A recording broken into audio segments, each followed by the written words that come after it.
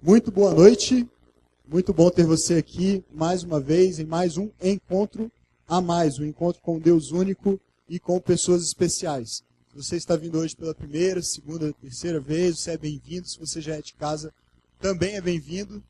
Todos são muito bem-vindos, é muito bom ter cada um de vocês aqui com a gente.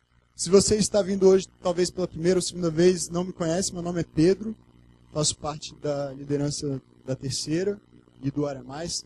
E hoje eu tenho o privilégio de compartilhar a palavra de Deus com você. E nós estamos no meio de uma série de mensagens, na verdade não no meio mais, agora já estamos no final, terminando hoje, uma série de mensagens chamada Boca de Urna. É claro que esse nome não está tentando te sugerir ou te estimular a praticar um crime eleitoral amanhã, certo? Comporte-se, tá bom? Eu vi uma reportagem na CBN essa semana dizendo que é proibido tirar selfie na urna eletrônica. Então a que ponto nós chegamos, né? As pessoas querem tirar selfie em todos os lugares, até na hora de votar. 13, não, por favor, brincadeira. 13, não vamos falar de política, não é mesmo? É melhor para eu não me comprometer, tá bom? Não faça o selfie, independentemente de em quem você vai votar, tá bom? Não faça o selfie lá na urna eletrônica. Só leva a sua colinha, e na verdade hoje a gente vai te ajudar até nisso, no final. Mas leve a sua colinha se você não decorou os números e vote numa boa lá, sem querer registrar no Instagram nesse momento. Tudo bem? Mas o título dessa série não é para te sugerir, para te propor cometer um crime eleitoral, e sim fazer você refletir a respeito de valores, de princípios que estão presentes na palavra de Deus e que são princípios de Deus, nós cremos assim, para a nossa vida hoje. Ainda hoje, mesmo a Bíblia tendo sido escrita há tanto tempo atrás, nós cremos que esses princípios continuam sendo princípios válidos, importantes, na verdade essenciais para todo aquele que se propõe a viver uma vida com Deus, uma vida conforme os princípios de Deus e, portanto, uma vida melhor. Nós cremos que essa é a melhor vida que se pode viver, uma vida alinhada, encaixada perfeitamente com os propósitos de Deus. E nós falamos então nas duas últimas semanas a respeito de segurança como um desses valores, depois falamos sobre igualdade, e são temas que são presentes nos debates, são temas presentes nas discussões políticas, não só entre os candidatos, mas provavelmente você também se viu durante esses últimos meses, ou pelo menos as últimas semanas, envolvido em algum tipo de debate político, nem que seja pelo Twitter, né? Mas algum tipo de debate político com amigos, com familiares, discussões ideológicas, algumas nem tão ideológicas assim, mas discussões a respeito de ponto de vista. E esses temas que nós temos trabalhado, são temas presentes nesses contextos de debate, de discussão, de reflexão a respeito de qual país nós queremos, de que tipo de sociedade nós pretendemos construir, não apenas para nós, mas para gerações que virão a partir de nós. Mas são temas também que têm a ver com a minha vida e com a sua vida, num plano um pouco mais individual. E a partir da nossa vida, da nossa experiência individual, são valores que se refletem, que repercutem para a vida das pessoas ao nosso redor também. E hoje nós vamos falar sobre o último desses valores, que é a liberdade. Nós vamos falar sobre liberdade. Talvez esse seja, dentre esses temas que nós trabalhamos nessa série, o tema geral assim mais polêmico nos debates, nas discussões. Porque a eleição, principalmente a eleição presidencial esse ano, ganhou um contorno bem peculiar. Foi bem marcante a presença a respeito da discussão religiosa, da liberdade de crença, da liberdade de expressar opinião a respeito do que se crê ou do que não se crê. Liberdade a respeito de se posicionar em relação a temas extremamente polêmicos no nosso contexto, como o homossexualismo, como o aborto, como o Estado laico. E essa discussão a respeito de liberdade, então, ganhou uma importância, um destaque ainda maior do que já teria em outro contexto. Afinal, liberdade é um tema importante em qualquer tempo, em qualquer sociedade, em qualquer contexto. Ou você não gosta de ser livre? Tem alguém que não gosta de ser livre?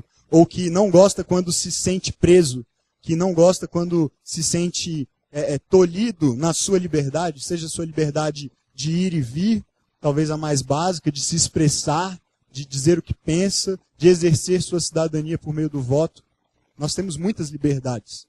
São conquistas históricas, conquistas construídas, muitas delas a partir de muita luta, de guerras às vezes, de derramamento de sangue. Mas são valores que hoje, para nós, são fundamentais.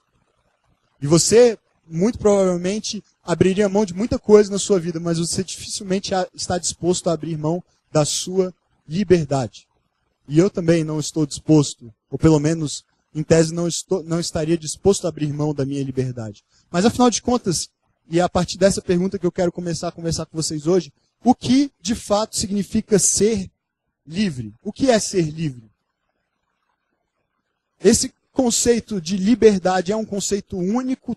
Quando se fala em liberdade, todos têm a mesma ideia na mente, todos pensam a respeito desse tema da mesma forma, de uma forma padronizada, é algo natural e consensual, ou é um termo e um valor extremamente diverso, que permite diversas leituras? Hoje eu quero propor para você pelo menos 2 reflexões a respeito do que é de fato ser livre. 2 sentidos que a Bíblia expõe a respeito da minha e da sua liberdade. No sentido mais amplo possível, a sua liberdade de fazer o que você conseguir imaginar e pensar em fazer. Não só a liberdade para escolher um governante, não só a liberdade para exercer o voto, mas a liberdade para ser quem você quer ser, liberdade para se vestir como você quer se vestir, para frequentar os lugares que você deseja frequentar, para se relacionar com as pessoas que você quer frequentar, para crer no que você quiser crer, para deixar de crer no que você, de repente, já decidiu que não serve para a sua vida. Liberdade. O que é, de fato, ser livre? Eu quero começar falando a respeito disso a partir de um versículo extremamente conhecido para você que já é de igreja. Se você não é de igreja ainda, talvez você já até tenha ouvido falar a respeito desse versículo, mas se você não ouviu, tudo bem, eu vou te explicar. 1 Coríntios 6, 12. Apóstolo Paulo, um dos grandes autores da parte da Bíblia que a gente chama de Novo Testamento, a parte da Bíblia que conta a partir do nascimento, da vida de Jesus Cristo, um daqueles homens que mais escreveu os textos, os livros que compõem esse Novo Testamento. O apóstolo Paulo escreve uma carta a uma igreja que ficava numa cidade chamada Corinto. Na verdade, ele escreve 2 cartas, e a gente vai ler um trechinho, um versículo apenas, de uma dessas cartas, a primeira delas. Então, 1 Coríntios, capítulo 6, versículo 12. Se você que já é de igreja, já conhece esse texto, lê comigo. Tudo me é permitido, mas nem tudo convém. Já pensou sobre isso? Tudo me é permitido, mas nem tudo convém. Paulo aqui está falando a respeito de quê? Liberdade. Tem alguém acordado? Paulo está falando a respeito de liberdade. Paulo está falando a respeito de escolhas, de decisões. Paulo está falando a respeito do que eu posso e o que eu não posso fazer, ou talvez, explicando um pouco melhor, do que eu devo ou não devo fazer, porque ele começa dizendo, tudo me é permitido. Então não se trata de uma questão de poder ou não poder, concordam? Não se trata de algo ser proibido ou autorizado. Trata-se, na verdade, de escolhas.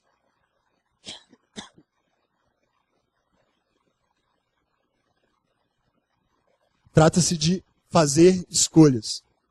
Paulo está dizendo, existem escolhas melhores, escolhas que convém que sejam feitas, mas existem também escolhas não tão boas. Existe uma forma de exercer liberdade que talvez não seja a melhor, talvez não seja a mais conveniente. Não se trata de dizer que você não é livre para escolher, mas sim de te alertar para que você faça bom uso da liberdade que você possui. Certo? Então Paulo aqui está falando a respeito de um primeiro tipo de liberdade, que é essa aqui, ó. Ser livre para fazer escolhas. E essa é uma liberdade que todas as pessoas têm, indiscriminadamente. Todas as pessoas, e aí talvez exceto os incapazes, aí, aquelas pessoas que não têm condição de fato de discernir e, portanto, fazer escolhas, mas tirando casos excepcionais, todos têm essa liberdade. Todos podem fazer escolhas. Até mesmo aquelas pessoas que estão numa condição de aprisionamento, cuja liberdade é extremamente limitada, elas têm, em alguma medida, ainda que pequena, condição de fazer escolhas. Elas podem escolher entre se levantar e sentar, elas podem escolher entre se alimentar ou não se alimentar, ou com o que se alimentar. Elas podem tomar decisões ainda que muito simples, muito básicas, mas elas têm liberdade de fazer escolhas. E porque todo homem é livre para fazer escolhas, a Bíblia diz que todos são também responsáveis. Todos são responsáveis pelas escolhas que fazem. Afinal de contas, você é livre, não é mesmo? Se a escolha é sua, se a decisão é sua, então você é responsável. Quando algo acontece na sua vida que não depende de você, quando algo circunstancial, algo que alguma pessoa faz em relação a você, acontece, você pode dizer assim, mas eu não tive culpa, eu não posso ser punido por isso porque não foi uma escolha minha. Ok, aí você não é responsável. Por quê? Porque você não teve a liberdade de fazer a escolha. Foi algo que aconteceu com você. Não era o que você queria. No momento em que você assume uma posição e toma uma decisão e faz uma escolha, você está exercendo liberdade. E quando nós exercemos liberdade, nós somos responsáveis pelas decisões que tomamos. E essa liberdade todas as pessoas têm. Essa é uma liberdade que Adão e Eva tiveram e usaram mal, mas é uma liberdade que eu e você continuamos tendo. Fazer escolhas. Você escolheu hoje estar aqui, você escolheu o que você ia almoçar hoje. Todos já passaram da fase de comer o que a mãe, né, ou o pai, eu espero pelo menos. Aliás, espero que tenham todos a consciência de fazer escolhas saudáveis em relação ao que comem. Por exemplo, eu trouxe aqui a minha caneca do Homer Simpson, comendo um donut. Né? E eu sou casado com uma nutricionista. E essa caneca fica lá em casa, assim, ó, e as pessoas veem, né? Então, assim, que tipo de marido eu sou? Não é mesmo? Mas, na verdade, eu trouxe essa caneca para justamente mostrar isso. Até em questões básicas, como o que você come, como você se alimenta, você é livre, você faz escolhas.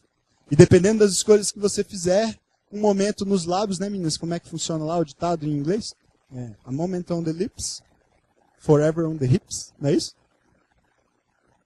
Então, você é livre, você pode fazer escolhas. E essas escolhas gerarão consequências. Por quê? Porque nós somos responsáveis. Dependendo da escolha que a gente faz, a gente é mais irresponsável do que responsável. Mas há responsabilidade envolvida e todos, cristãos, não cristãos, ateus, pessoas de diversas religiões quaisquer, pessoas que nem pensam nisso e que vivem a sua vida como se isso não fosse nenhum elemento a ser considerado, petistas, PSDBistas, marineiros, não importa. Você é livre, você faz suas escolhas e você é responsável pelas consequências das escolhas que você faz. Isso vale para todos. Isso é um princípio que vale para todos porque isso é uma consequência do fato de nós termos, você e eu, sido criados à imagem de Deus. Quando nós somos criados por Deus, à sua imagem e semelhança, isso necessariamente implica sermos livres, porque Deus é livre. Mas será que a liberdade que eu tenho e a liberdade que você tem é a mesma liberdade que Deus tem? Será que é a mesma medida de liberdade? Será que é o mesmo tipo de liberdade? Vamos seguir. A primeira parte do versículo foi a que eu li com vocês. 1 Coríntios 6:12. Tudo me é permitido, mas nem tudo convém. Só que o versículo não termina assim. Tem uma segunda parte. E olha só como Paulo continua. Tudo me é permitido. Ele repete. Mas eu não deixarei que nada me domine. E aí vem o segundo tipo de liberdade.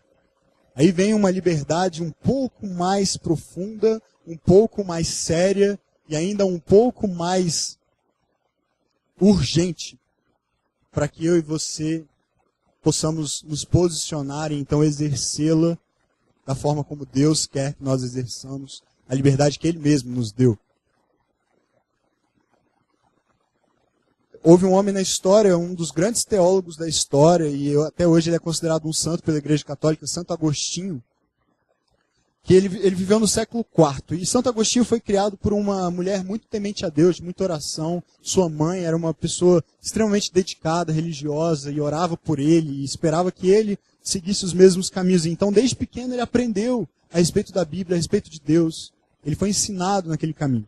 Só que na sua adolescência, Santo Agostinho foi estudar e estudando filosofia, ele teve contato com o hedonismo, que é uma filosofia, já era naquele tempo, uma filosofia que pregava o prazer como o grande bem, o prazer como o bem maior que alguém pode experimentar. Então, tudo que é prazeroso deve ser vivido, é o que eles pensam ou pensavam.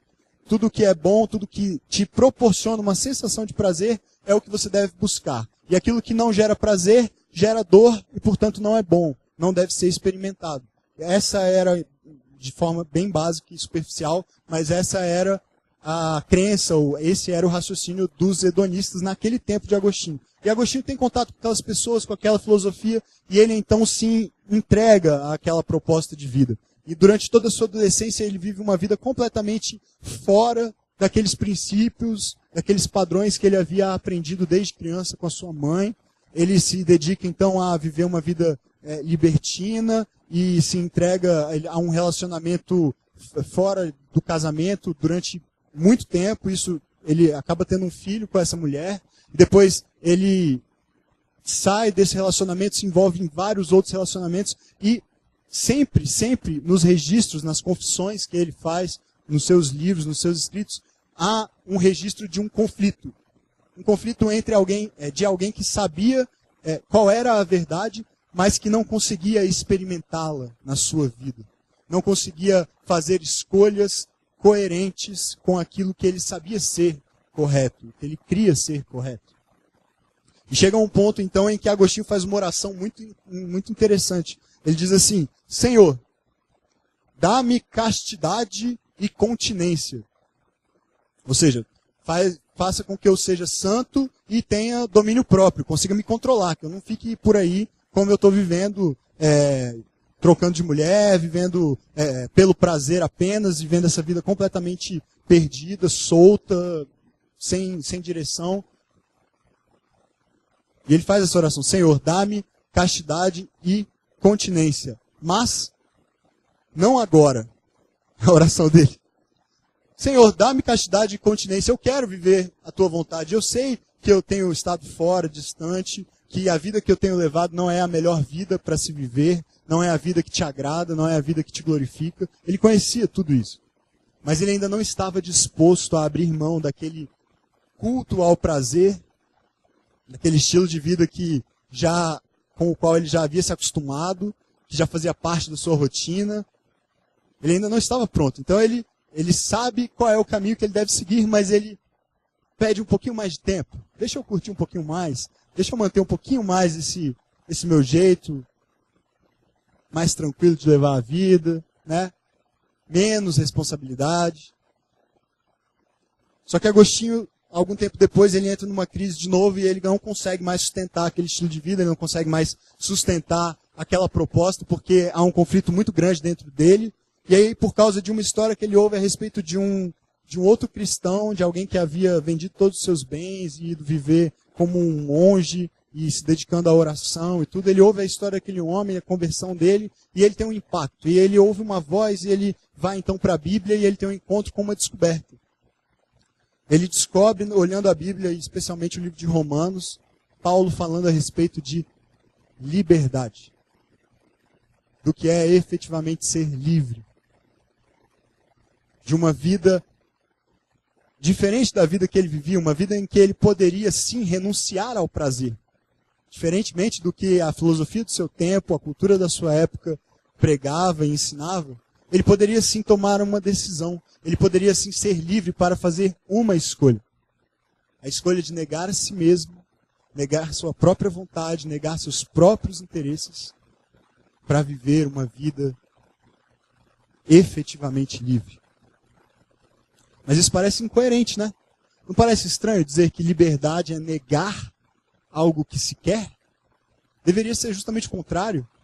Ser livre deveria justamente ser a possibilidade de fazer o que der na telha, o que vier no meu coração, o que tiver na minha mente. Eu quero fazer isso. Tá, sou livre, vou lá e faço. Ninguém paga minhas contas, né? Tem gente que é assim. Ninguém paga minhas contas, eu faço o que eu quiser. Sou livre.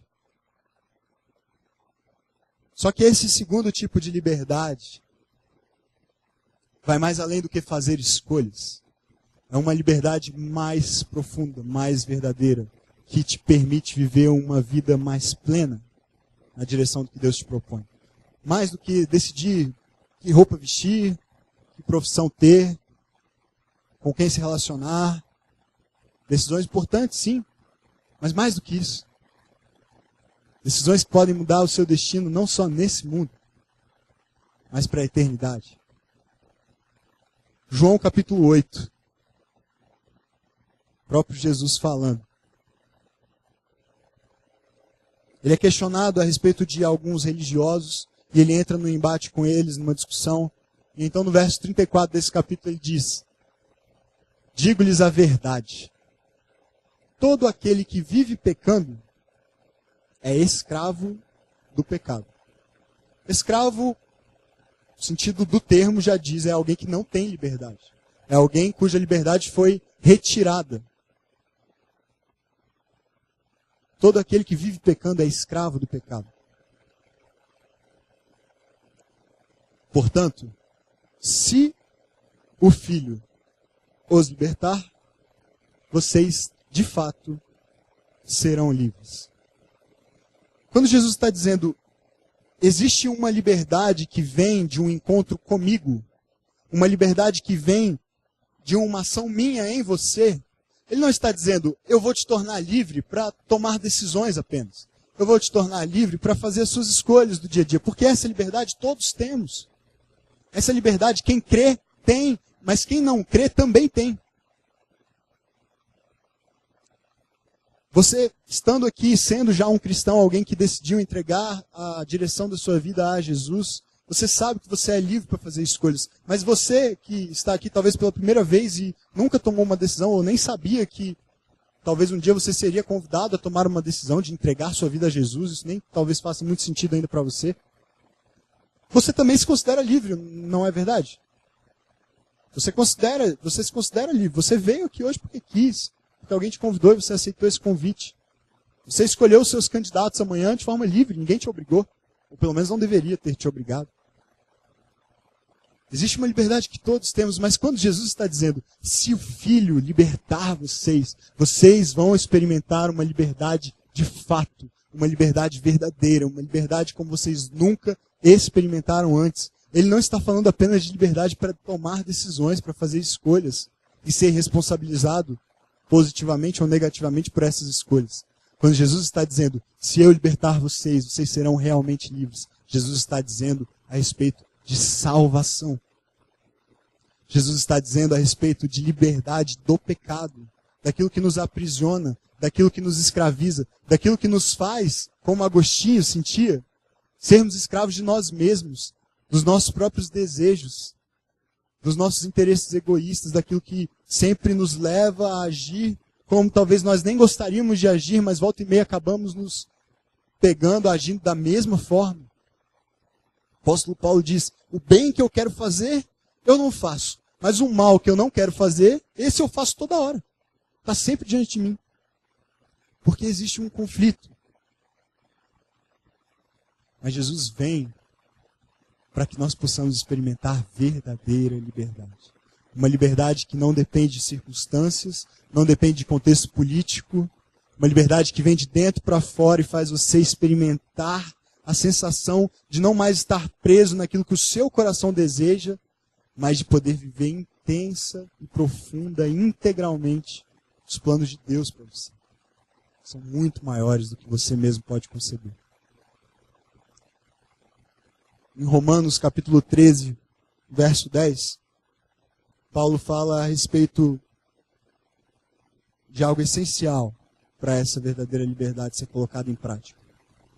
Quando nós pensamos em lei, se você já é de igreja e está acostumado com isso, quando você olha para o Velho Testamento, a gente se refere geralmente a isso como a lei de Israel, a lei de Moisés, aquelas tradições que o povo judeu seguia e buscava então agradar a Deus por meio delas, de rituais, mandamentos, que são bons, não tem nada de mal neles, na verdade foi o próprio Deus que os estabeleceu.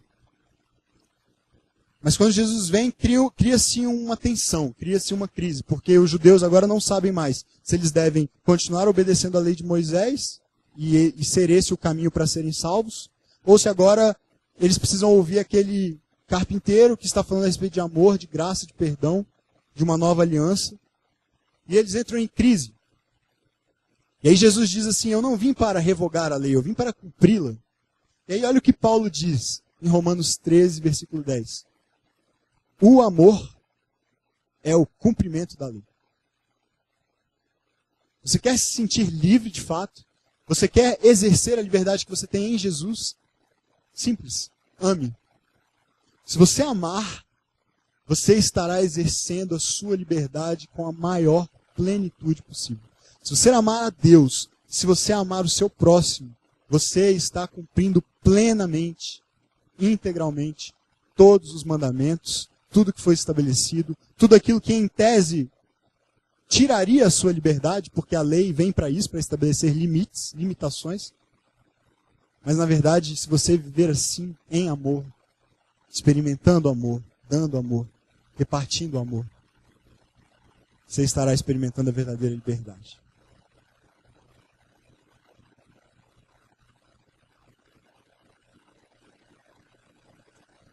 Ser livre de fato, experimentar essa liberdade a respeito da qual Jesus fala, é ser livre para agradar a Deus. E só é livre para agradar a Deus quem é, de fato, livre em Jesus. Ele é a fonte de liberdade, é nele que nós conseguimos nos desprender de nós mesmos, dos nossos próprios interesses egoístas, das nossas vaidades, das nossas crises, das nossas indefinições. É em Jesus que nós experimentamos essa plena sensação, e não apenas sensação, mas convicção de liberdade. Eu quero desafiar você hoje a tomar uma decisão. Eu quero desafiar você hoje a partir da sua vida, e espalhando isso para todos ao seu redor. Todas as pessoas com quem você convive, as pessoas com quem talvez você debateu nas últimas semanas a respeito de escolhas políticas, de posições ideológicas. As pessoas com quem você trabalha, com quem você estuda, com quem você se relaciona na igreja, fora da igreja. Manifeste a liberdade que você tem em Jesus. Exerça a liberdade que você tem em Jesus. Mostre para as pessoas que em Jesus você é livre. E sabe como você vai fazer isso? Amando. Amando a Deus acima de todas as coisas. E amando as pessoas.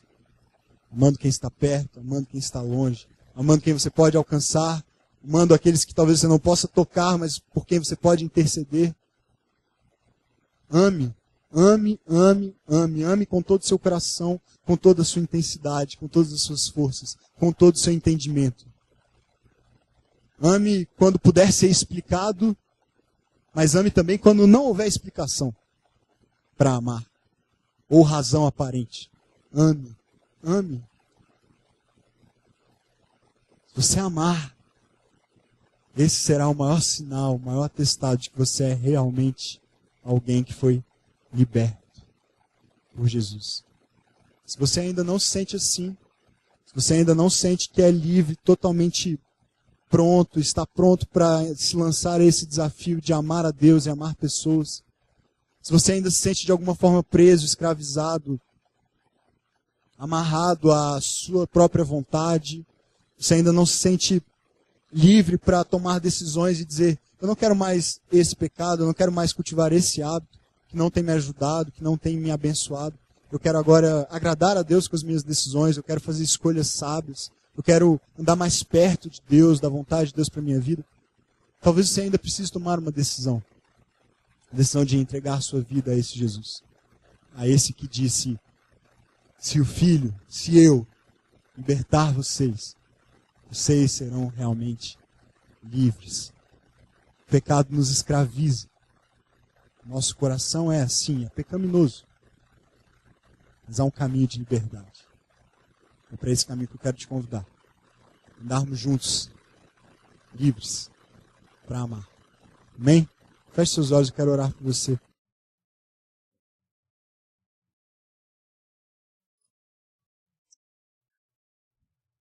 Senhor, É muito bom, Pai, saber que nós podemos ser realmente livres.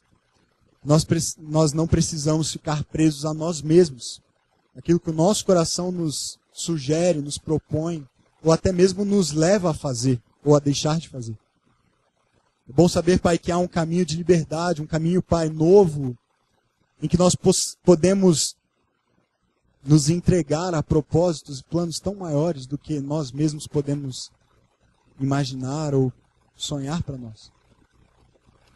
Nessa noite, Deus, eu quero te pedir que o Senhor abençoe cada um, que no seu coração agora pensa num pecado, num hábito, num vício, em algo que tem servido de prisão, algo que tem escravizado, algo que tem impedido essa pessoa, Pai, de caminhar livremente contigo, de se achegar a Ti, a Tua presença com liberdade, de ouvir Tua voz, de ter comunhão com o Senhor,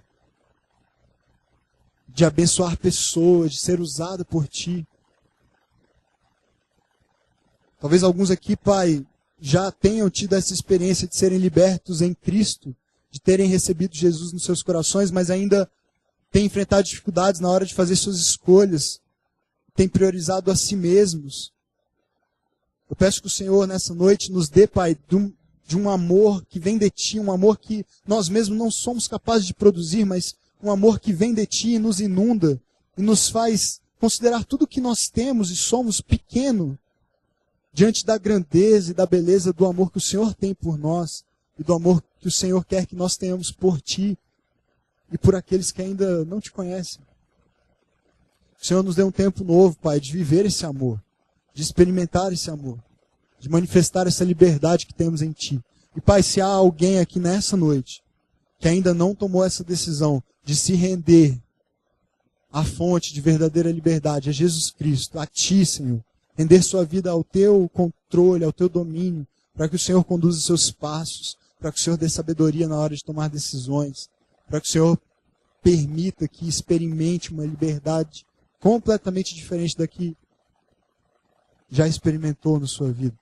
Eu peço nessa noite que o Teu Espírito Santo convença, toque, de forma amorosa, sutil, carinhosa, como o Senhor faz, chamando de Pai, tomando nos braços. Que essa pessoa nessa noite tenha um encontro verdadeiro com aquele que nos liberta de fato, com Jesus, contigo.